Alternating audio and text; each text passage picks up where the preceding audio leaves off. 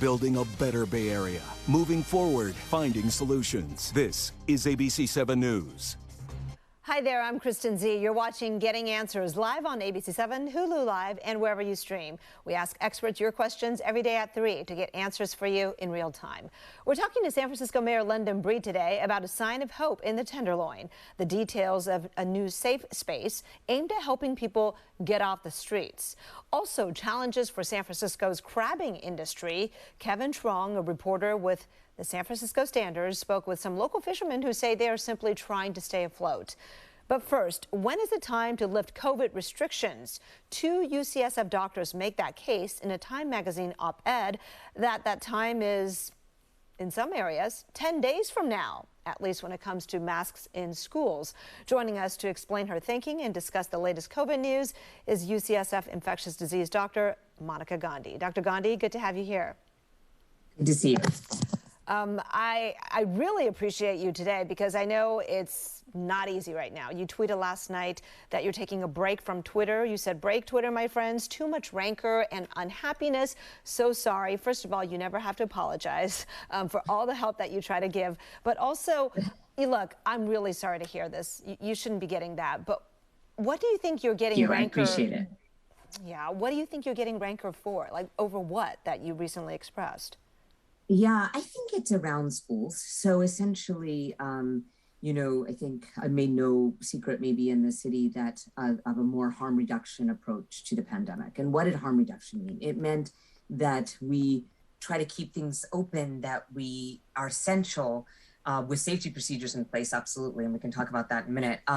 And schools were one of them. And we never had this unprecedented school closures in any historical epidemic. For example, 1918, New York City schools never closed because they said we have to protect our children. They need to be in schools. So this is a very unique response to the US and specifically blue states keeping schools closed. And I think it hurt the poor. Mm-hmm. I mean, there's certainly, look, it's never an easy answer, right? It's all shades of gray. There's no black and white. You know that. Look, I want to ask you, in that op-ed, you and your UCSF colleague, Dr. Jean Noble, say we need a new plan, that it's unsustainable to keep imposing and lifting restrictions with each wave, and the school closure is part of that. What is wrong with that approach, the back and forth when we have a surge? You know, I think that it was really the right approach before vaccines. You needed to close down and then open up and close down and open up. And we did that throughout the pandemic. Mm-hmm. I think what has changed since vaccinations is we're not espousing how well the vaccines work well enough. A CDC study from last week, January 7th, showed us that the vaccines are working so well, even 2-dose, in terms of preventing severe COVID outcomes. We are in much lower hospitalization states than we've been ever for the vaccinated. And you're right that unvaccinated people are still there, adults that have declined vaccination. But we have to trust in our vaccines and not have the same strategies that we did before vaccines, which was shutdowns. Yeah, and I think a lot of us are coming around to realize that you really have to focus on the hospitalization numbers, right? Yes. In that op-ed, though, you did mention, the media's obsession with the COVID case count. Do you think the case count shouldn't even be looked at all anymore? That is, as long as the hospitalizations are low, then whatever the case count is, that's totally fine, and we're still, good to not have restrictions? No, actually, it's a different approach. So what we talked about, and Dr. Fauci has said the same thing about 3 or 4 weeks ago, is that what we do with influenza surveillance is we absolutely track cases, but it's the health departments that track cases. And what the public knows about is the hospitalizations, so that the reason the health departments track cases is they need to make sure they're not going above what they should or what they usually do one year, because that may mean that influenza is entering a pandemic territory. It's going from endemic to pandemic. When we go from pandemic to endemic with COVID, we will absolutely track cases, but it will be health departments, and hospitalizations will be what determines for the public if we need restrictions. Okay, but for me, as a reporter, you'd like for me just to report on the hospitalizations then? This is not now, because I'll tell you that what happened is that we're in the middle of an Omicron surge, and it's a little difficult to change things midstream. I think everyone, a lot of people, including many people in the city, are talking about endemicity after this. Yes. I think it's into the endemic phase. Okay. That will be, so I don't think there's a couple, maybe hopefully one more month of this. And I will attest to the fact that you've been coming on our program for, a year and a half now. You've been talking about having off-ramps and metrics to, restrictions being lifted for months. I mean, it's not like you're just saying now this in the middle of an Omicron surge. I totally get it. So I want to visit one of your proposed metrics, which is to lift the school masking mandate 12 weeks after that age group has become eligible for the vaccine. So I think that will be January 28th, right? But given that we are in the middle of the Omicron surge, do you actually still say that? No, I think that the Omicron surge is not going to end until mid-February. So, for example, the state has put a mask mandate in place until February 15th. So I don't think it will be until after that, because if you're in the middle of a surge, it's sort of tone deaf to do anything with masks. So I think that the mask will probably be true for the entire population until after the surge. Then what will happen after that? I think what the state and the CDC will recommend is that it's mask optional for the population, and certain types of masks, the specific masks that we've talked a lot about on this program, the ones that work, KN95s and KF94s and FFP2s, and then people have an option if they want to mask indoors or mask their children indoors. Right. Like, for anyone who's suggesting that you're not paying enough attention to that, I will also attest to you having talked about the efficacy of masks and which types are better than which ones, and that right now you should wear them when you're in public and all that. But I want to go back to the you pegging the lifting the mask mandate to after you've given people enough time to get vaccinated. Should it matter at all what percentage of that school, the kids at that school, have actually gotten the shots, or do you think, hey, they've had enough time, it's good, or do you think we should actually hit a percentage? The problem with hitting a percentage is that this state is doing great in terms of child vaccinations, but overall in the country, it's about a 20% rate between 5 to 11-year-olds. So I don't know if we've generated enough trust in public health messaging in terms of getting the 5 to 11-year-olds vaccinated, which I think is very sad. And maybe people need a little more time to see the vaccines because they work really well. So I don't think it can be attached to a certain number. It has to be availability. I also think it's really important to say that since masks protect you, when this state goes to mask optional, which I think that Governor Newsom is intimating after February 15th, that people should feel comfortable that their masks protect them. I think I'll be masking inside anytime there's COVID because I'm a healthcare worker. I have to keep my patients safe. My dad will be masking inside. Probably my child won't because he's low risk. I mean, just know that it keeps you safe to wear a mask. Right. All right. I want to revisit. The right type of mask. Okay. Yeah. I also want to talk about, in the op-ed you mentioned, we need to retire the policy of school closures and the cancellation of school sporting events based on asymptomatic testing. How does it make you feel right now that the CDC is almost kind of going the opposite direction right now, urging the cancellation of school sporting events, especially the indoor ones like basketball, wrestling, and then several Bay Area school districts have closed schools the past couple of weeks. I guess you can argue it was due to asymptomatic testing, right? Because that led to teachers not being available. What do you make of all that? I think that we're in the transition from the pandemic to the endemic phase, and things are extremely confusing right now. The CDC has on one set of guidelines that if you test positive and you're asymptomatic, go to work. And then they have on another set of guidelines that asymptomatic testing should be done in schools. This is completely disparate recommendations. We are absolutely in a transition phase. Everything is pretty much a mess right now. And I don't think anything can change. And I think schools will be closed and sports will be closed until we get through this Omicron surge. Again, they are trying to move to that phase by their isolation and quarantine guidelines, but those aren't met favorably. And so people aren't following the isolation and quarantine guidelines. Dr. Walensky, the CDC director, said, if you've been exposed, you don't have to test. Go about your day for the next 10 days with a mask. So again, it's completely all over the place. It really is. I mean, one point of confusion is that I've seen people say, hey, you know, I came out of isolation after 5 days, but guess what? I'm still testing positive on the antigen test. Even by day 10, I'm finally testing negative. So now all those people are going to be running around infecting other people, right? Is that a worry? Well, so the reason I think that's a very fair comment. So not a fair comment. So I will say that the CDC director and the CDC changed those guidelines to 5 days, and you don't have to test it 5 days for 3 reasons. One is that the biggest contact tracing study that we have, this is not viral studies, this is not CT values and PCRs, contact tracing showed that transmission occurs within the first 5 days. This is a large study published in JAMA Internal Medicine from Taiwan. It was before Omicron, but it was actually in unvaccinated people. So that's, you're even more likely to be infectious if you're unvaccinated. Second is that there was a study yesterday from the American Society of Microbiology that your test can be positive, but it's not infectious. And in fact, they're discordant because they did cultures about 50% of the time. So just what the test being positive doesn't mean you're infectious.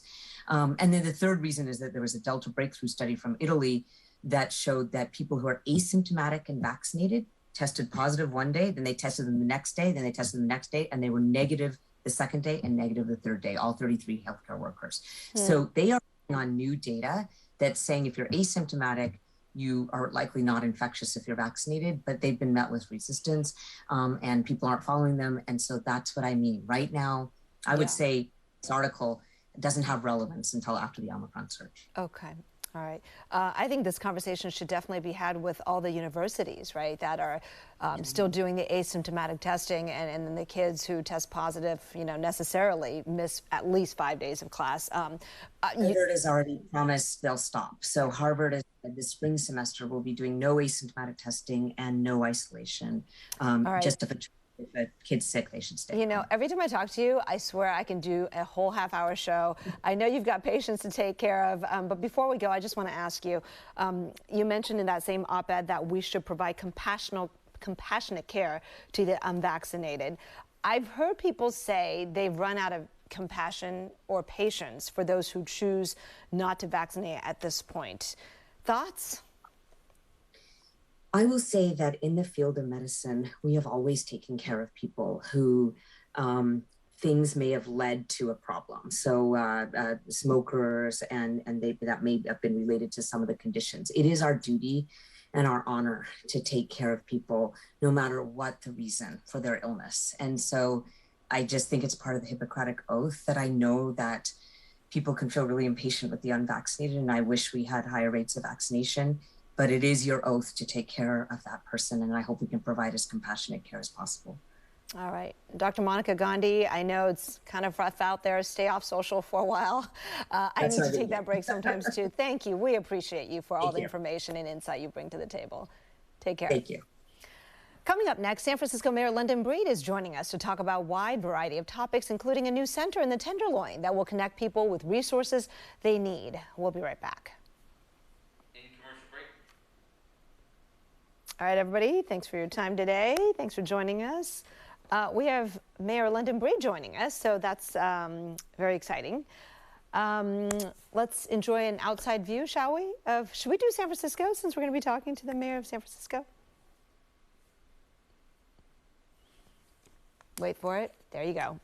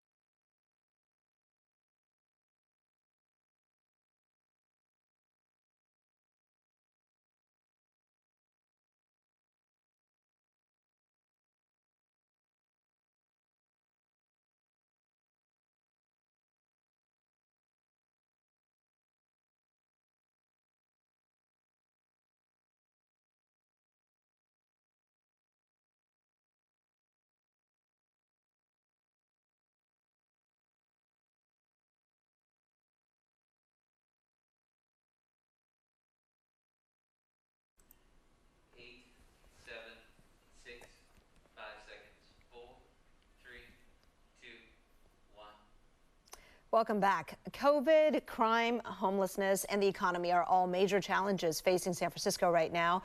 In the Tenderloin, where Mayor London Breed has declared a state of emergency, a new ray of hope in the form of a new Linkage Center that opened today. Joining us now is San Francisco Mayor London Breed. Mayor Breed, thank you so much for joining us.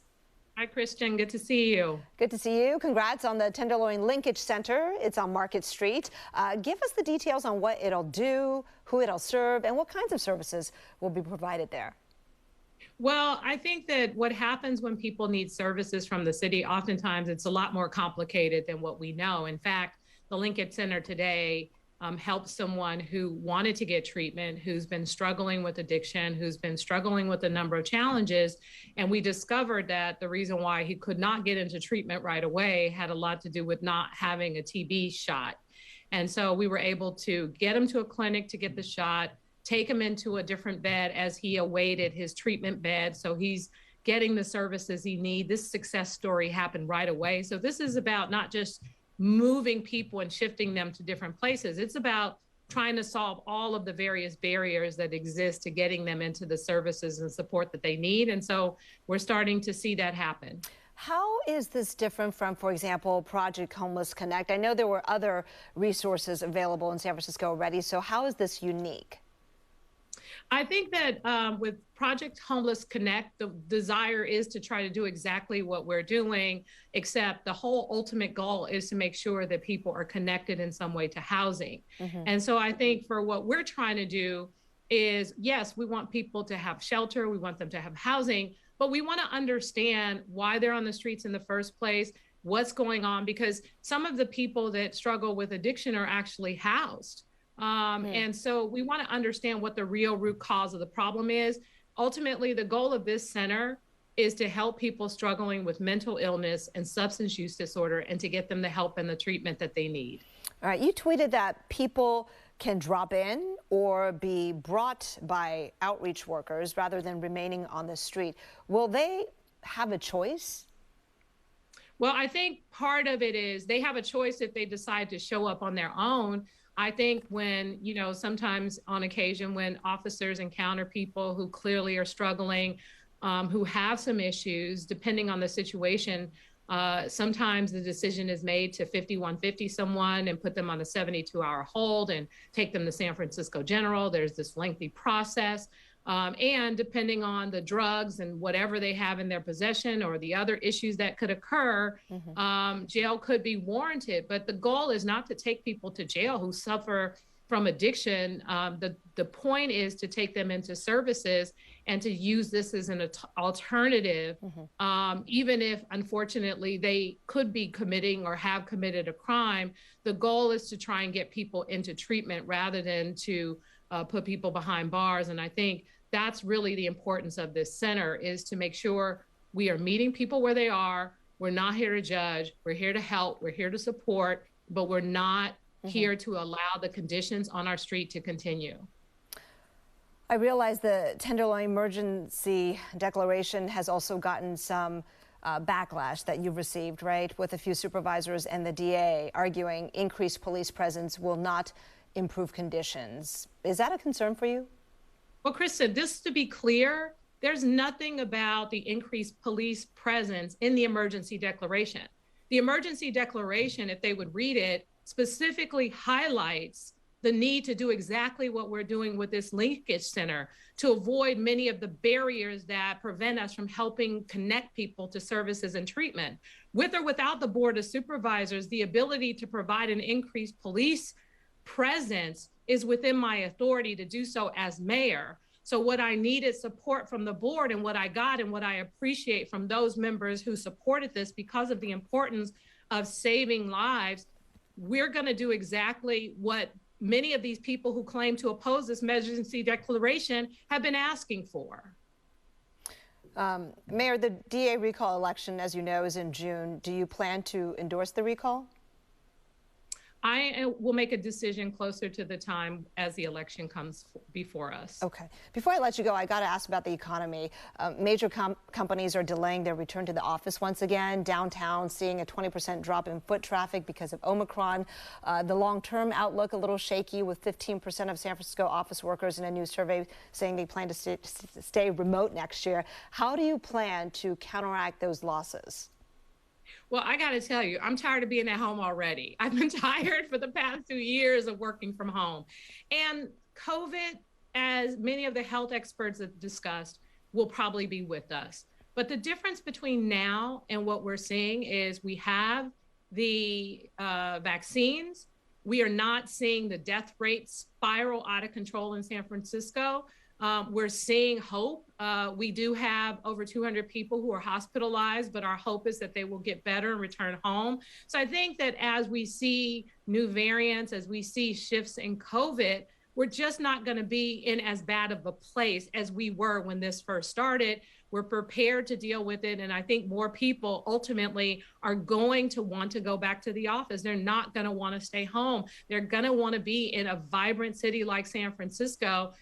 Because again, I'm just tired of being at home, and I want to see people return to the office. I want to see people shopping, hanging out at the restaurants and the bars and the places that we have, the parks and all these great places in San Francisco that we have to enjoy. There's only so much time you're going to want to spend in the house working. I know, and we are out of time, but I'm just going to squeeze in. Yes, go outside. Golden Gate Park. Mayor's trying to make it free to go to the Conservatory of Flowers and Japanese Tea Garden for residents. So keep us posted on that. Thank you so much, Mayor Breed. Good to have you here. Thank you. All right, coming up next, local fishermen say they are just trying to stay afloat. We're talking with the San Francisco Standard about struggles that the crabbing industry is facing right now. We'll be right back. In commercial break. Oh, I love the play on words. Stay afloat. Yeah, that was Rachel. All right, everybody, stick around for this segment. We'll take a short break, enjoy another view of the lovely Bay Area.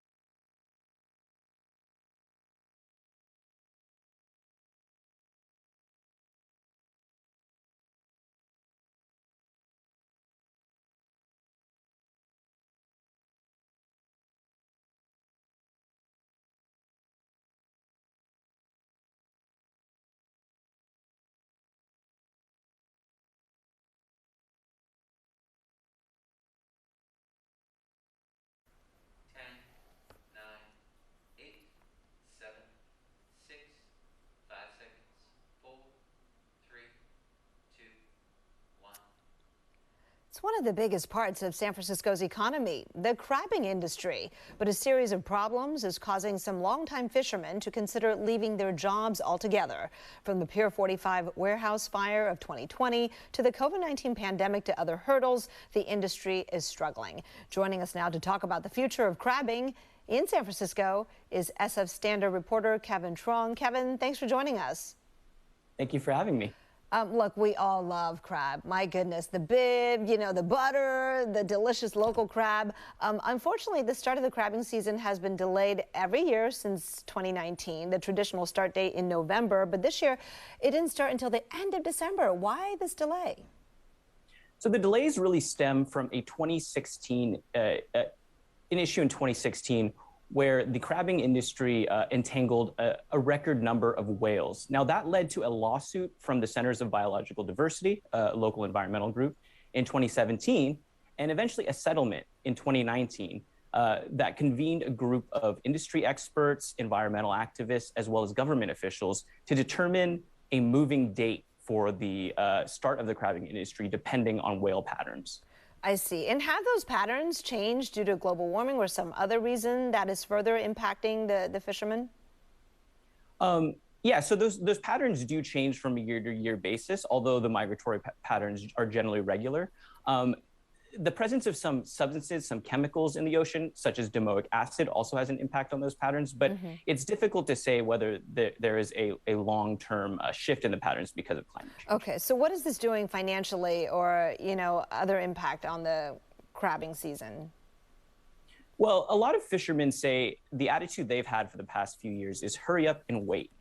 With the uncertainty around the start of the season, a lot of fishermen basically go to work every day on their boats with no idea of when they're actually be able to get out in the water. So that obviously compounds the ability for them to catch crab, as well as the ability for them to get labor. It's really difficult to get people to work on your boat if you don't know when you're actually going out. No doubt. So has the state provided any assistance to the industry, or are there other solutions? Yes, the state has been working closely with crab fishermen to help them determine the start of the season. And one recent proposal that has gained steam, at least amongst local fishermen and local crabbers, is to actually have a date by which the crabbing season won't start before then. So that'll allow some momentary planning and give some stability to the start of the season. All right, makes a lot of sense. Kevin, don't go away. We need to take a short break on TV here to pay the bills, but we can continue to chat on Facebook Live. We'll be right back. Oh, by the way, folks, I should definitely tell you, very important, that ABC7 is very excited to have this partnership with the brand new San Francisco Standard. Part of building a better Bay Area is highlighting anyone who's working toward the same mission we have here at ABC7. The Standard's deep and insightful reporting on the city does just that, and we do have links to the San Francisco Standard's other original reporting on our website, abc7news.com. To watch more of their videos, check out our ABC7 Bay Area streaming TV app. I'll be right back. All right, Kevin. See, we had to get that in there. That's very, very important. Here we are on Facebook Live. We're done with the TV portion, but you're still with me here. I want to ask you, some of the fishermen you talked to told you they are taking riskier outings now. How risky and why? So the problem with the delay in the crabbing season is it basically pushes the start of the season from fall into winter, where traditionally weather patterns have been a lot more rough and kind of rainy and stormy. And the problem with that is that because of the delay in the crabbing season, people are much more inclined to go in those more dangerous conditions, potentially leading to riskier outings for the fishermen themselves. I see, right, because they want to make the most of the time that they do have, right? The 2020 Pier 45 fire that destroyed millions of dollars worth of gear, are they still dealing with that? Yeah, the ramifications of the fire are still being felt today. I mean, one crabber I talked to said he lost $300,000 worth of gear alone, and that's just the part that's uninsured. So a lot of crabbers are still having to make up the economic debt and burden caused by that fire. And that includes purchasing a lot of new gear with today's pricing and supply shortages. That can be kind of a challenge. Okay. And why is this part of the economy so important to the overall well-being of the San Francisco economy? Well, it's hard to find a smaller business than the local crabbers. A lot of them are, single proprietors, maybe with a couple of deckhands that are seasonal. And it's hard to also think of a more iconic industry to San Francisco than the crabbing industry. I think a stroll through a Fisherman's Wharf, you see the sign, and it's something that really makes the spirit of the city, the soul of the city, and something that I hope to be a part of the city's future. All right. Kevin Truong with the San Francisco Standard, thank you so very much on sharing the results of your story with us. And folks can check it out on the SF Standard's website. All right, take care. Thank you.